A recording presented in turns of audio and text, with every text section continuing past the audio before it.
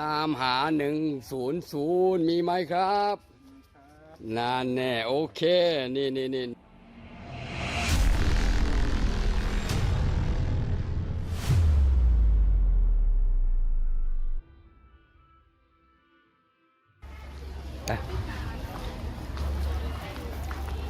ี๋ยวยางไปหนาซานอันมันมีขัวข้ามตัวหันเข้าไปนี่เข้าตัดคิวอยากปลาเบิ้งนี่คือสิ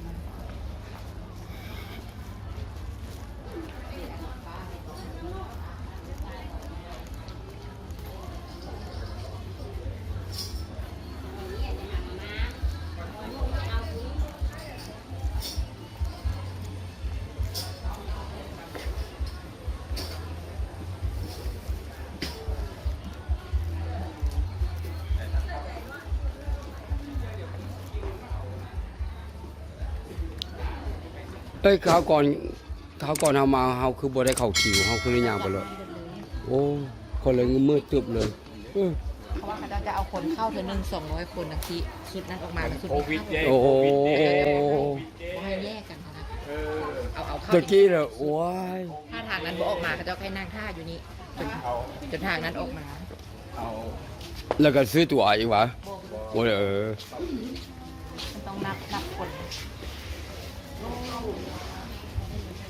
เขาอ้ายมาถามเด็กเพิ่นเอาเข้าเงิน1 รถ1จากคนนี่นะหลายร้อยโอ้โหเอาจับมาคอยเด้อจับมาคอยเด้อพูดเข้าได้เลยนะตอนนี้คือบ่ต้องคอยเด้อบ่ต้องคอยเลยวะโอ้ดีคอยยังว่าเอ้ามีก็มาคอย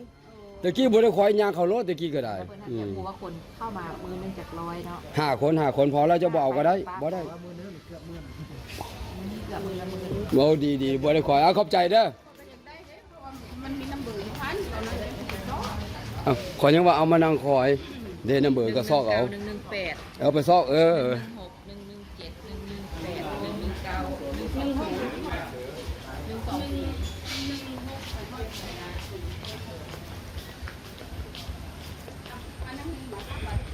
แม่คนนี้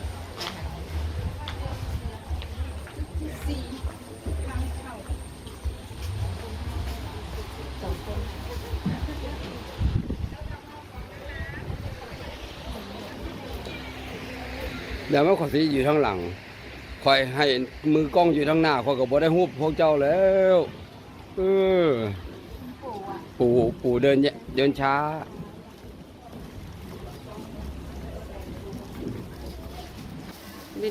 ดูพี่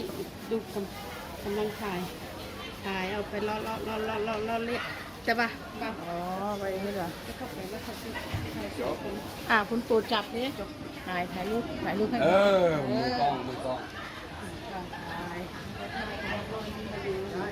ให้เราถ่ายให้ยืนมอง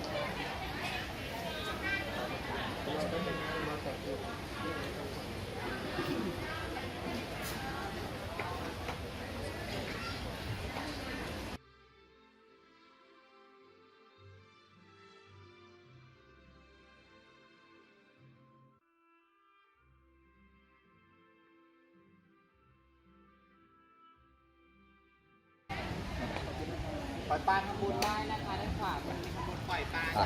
ปล่อยปลาไหลปลารวมได้ยูทูบเบอร์จำเป็นยูทูบเบอร์จำเป็นได้ข้าวเอ๊ะเป็นยังเขาให้เข้าขวาเขาออกขวาข้าวนี่ข้าวอันนี้ข้าวแล้วประเทศไทยมันจะได้มันจะได้ไม่สวนกันปะทะกันเอ้าปกติเราก็อยู่ไทยก็ต้องซ้ายใช่ไหมอันนี้คนเดินต้องขวาไม่ใช่รถคนไม่ใส่รถขับด้วยคนมาใส่รถคนไม่ใส่รถนี่ไปตรงกลางแล้วเหลียวเบื้องน้ำด้วยบางเทีจะเห็นงูตรงกลางนี่จะบางเทีบางเทีจะเห็นงู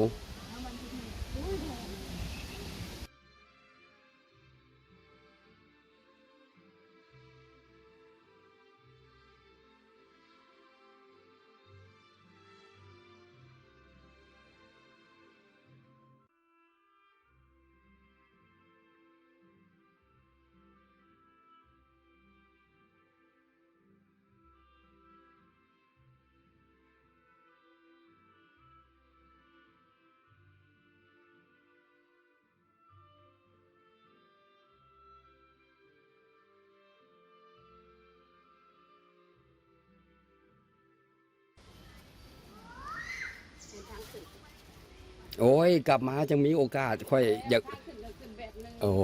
แมนแแล้ว เหม็นขี้เกียจเนาะ ยูทูบเบอร์ก็ได้นะ เหม็นขี้เกียจ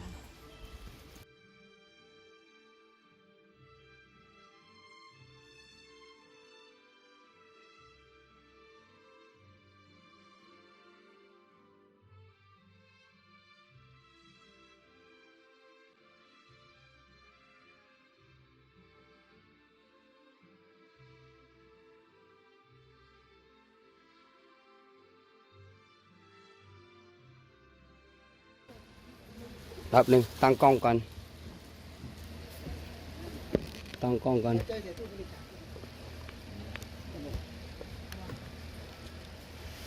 เข้าเลยครับเดี๋ยวเข้าครับ เดี๋ยวแป๊บหนึ่งตั้งกล้องก่อนโอเค ข้างหลังครับข้างหลังครับเดินอ้อมเข้าด้านหลังนะครับ เนี่ยมาตั้งเลยจับไว้ก่อนบอกจับไว้ก่อน ครับผมถือไว้ก่อนนะครับทำพิธีก่อนนะครับทำพิธีเสร็จก็มาถวายนะครับถือไว้ก่อนนะครับครับผมทำพิธีเสร็จก็วางถวาย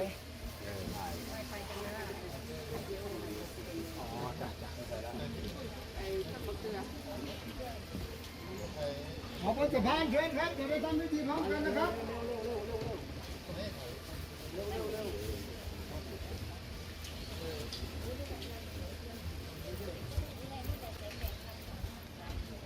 คนตรงกลางนะครับนั่งเยอะครับตรงกลางครับตรงกลางนะ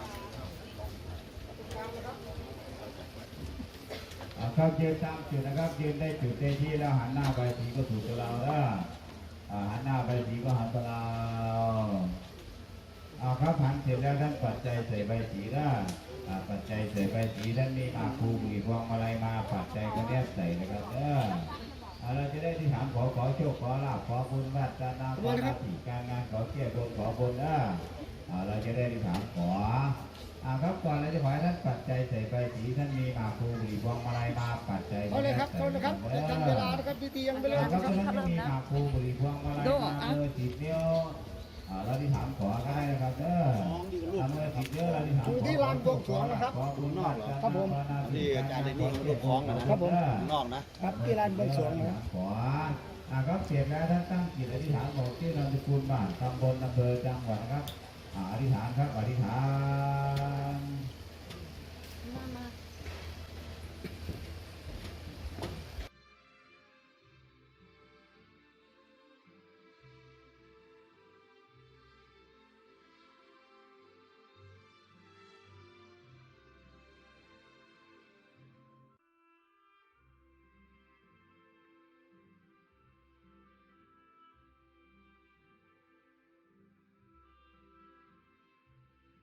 ให้วาย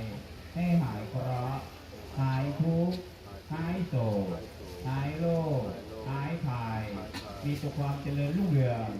ทั้งหน้าที่การงานการเงินธุรกิจอาชีพโชคลาภวาสนาขอให้เงินไหลนองขอให้ทองไหลมา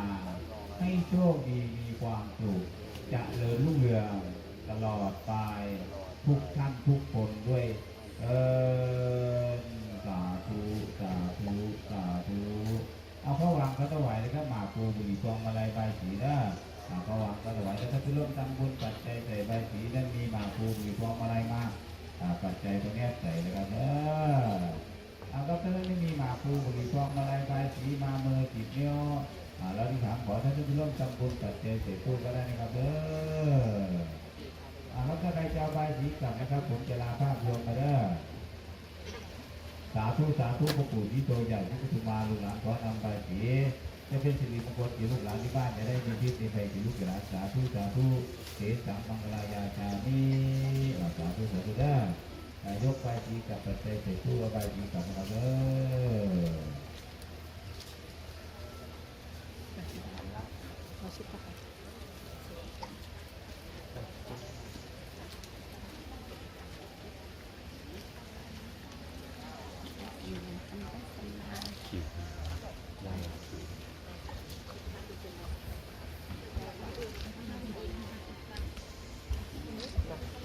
ตอนแรกถามมาเลย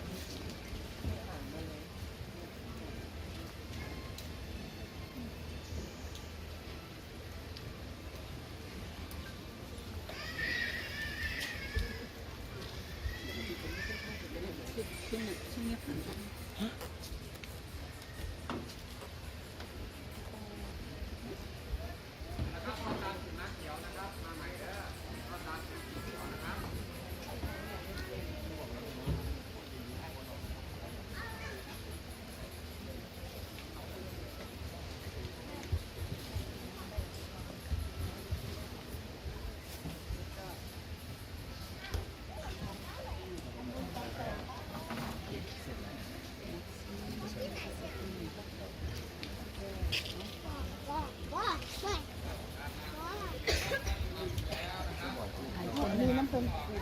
ยางซื้อ หลบมาเขาจะเข้ากันจุด ไปไหน เล็กไปตรงนู้นน่ะ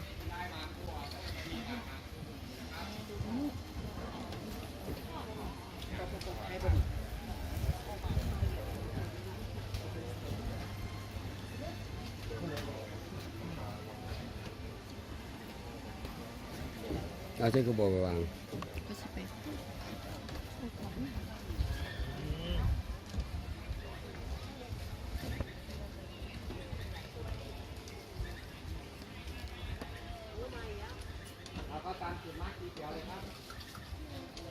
บางทีก็ตอนนะ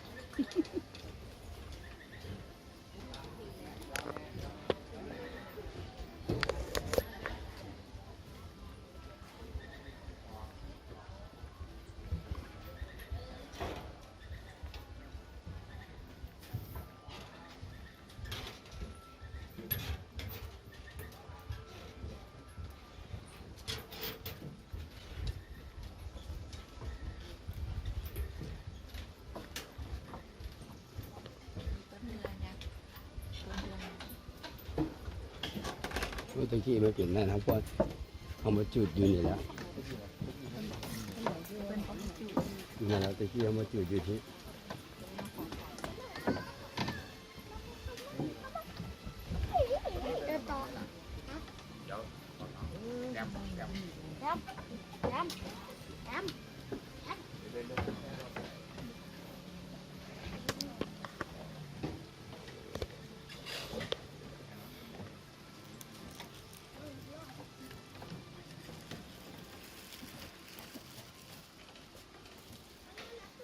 หลอบุยยังประจับบ่เรา พร้อมกันดูว่าเราไปพร้อมกันก็จะปรารถนา โอ้ยมา พร้อม ไม่ไหน กัน ก็ พร้อ ไม่ มห ได้ น้าพร้อมตากันแล้ววะพลังสองพลังมันจะเป็นนะเนาะ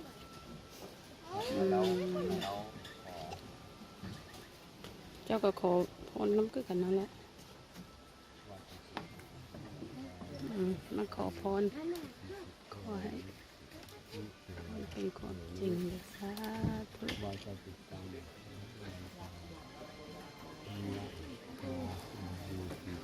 โปรดลูกหลานได้สมมักสมปรารถนาเด้อขอโทษ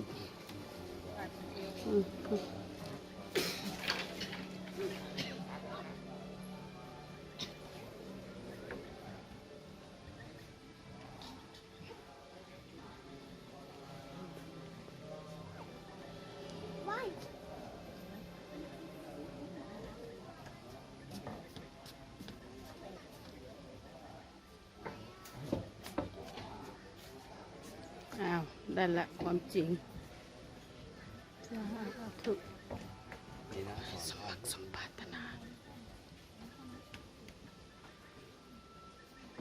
นี่ใครสินอนมาตั้ง